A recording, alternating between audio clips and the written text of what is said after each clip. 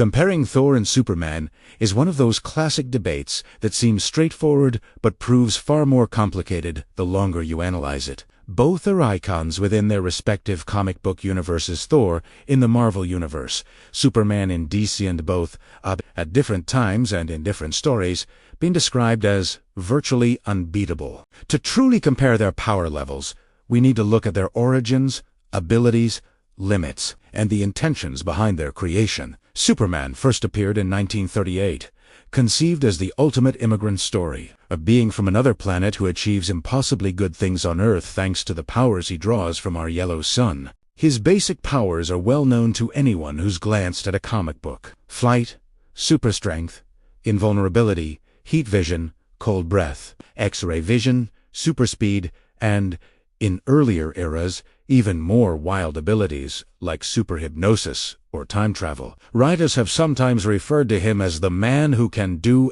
anything, and at various times he has literally moved planets, survived nuclear blasts, and even reversed time. But there are weaknesses, kryptonite, magic, and sometimes just the limits of his own morality. Superman's strength waxes and wanes depending on who's writing him. But the intent is always that he's as strong as the story requires. Thor, meanwhile, is the Norse god of thunder reinvented as a superhero. First appearing in Marvel Comics in 1962, Thor was designed to add mythological heft to Marvel's pantheon, a literal god among mortals. Wielding the enchanted hammer Mjolnir, Thor's powers include superhuman strength, control over weather, especially lightning and thunderflight thanks to his hammer, energy projection, and vast durability. Unlike Superman, who is made powerful by his environment, Thor's strength comes from his divine heritage and the enchantments he carries. He is often depicted as one of the physically strongest beings in the Marvel Universe, able to stand toe-to-toe with cosmic-level threats. On sheer physical strength, the comparison gets tricky. Superman can bench-press planets there.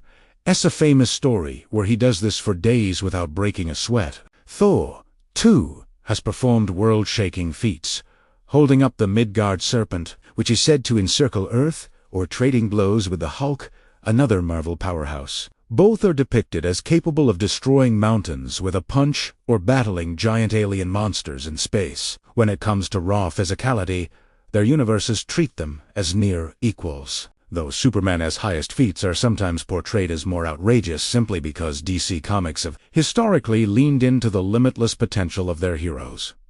Durability is another contested area. Superman's invulnerability is legendary.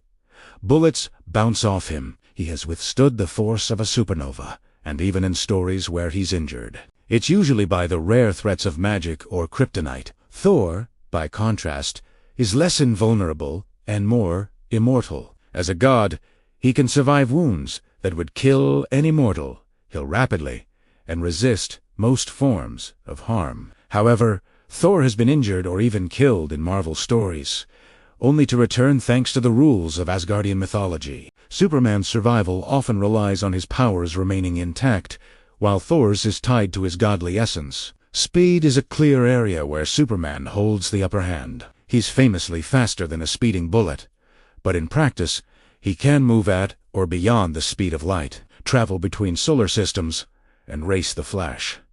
Thor is fast, his reflexes are far beyond human, and Mjolnir allows him to cross galaxies, but he is not, in most continuities, in the same league as Superman or DC's most powerful speedsters. Energy projection is an ability both characters wield, though with different flavor. Superman's heat vision can cut through steel or even wounds gods, while Thor can summon world-shattering lightning with his hammer, channeling storms at will. Both have used these abilities to fight cosmic beings or blast armies. If they did battle, their clashes would likely light up the sky with earth-shaking energy. One area where Thor arguably has an edge is his connection to magic. Superman, for all his powers, is explicitly vulnerable to magical weakness written into his DNA. Thor, both through his Asgardian physiology and his magical weapon, possesses powers that are supernatural in nature. In a direct confrontation, Thor's mastery of magical attacks and defenses would give him an advantage few others possess against Superman. All of this leaves us with the unfortunate but honest answer. Who is more powerful, Thor or Superman? The answer is, ultimately, it depends. Neither is consistently depicted at an upper limit. Both bend in power depending on the needs of their stories. Superman's best feats are more dramatic, but Thor's magic is a specific and persistent counter to Superman's usual invulnerability. In the end, comparing the two is less about numbers and more about what they represent. Superman is often the paragon, the ultimate power checked by morality. Thor is the god-made heroic, might tied to worthiness. When they cross paths, in the rare crossover, the outcome is always left vague because as much as fans debate, the real answer depends on the imagination and intent of the storytellers behind them.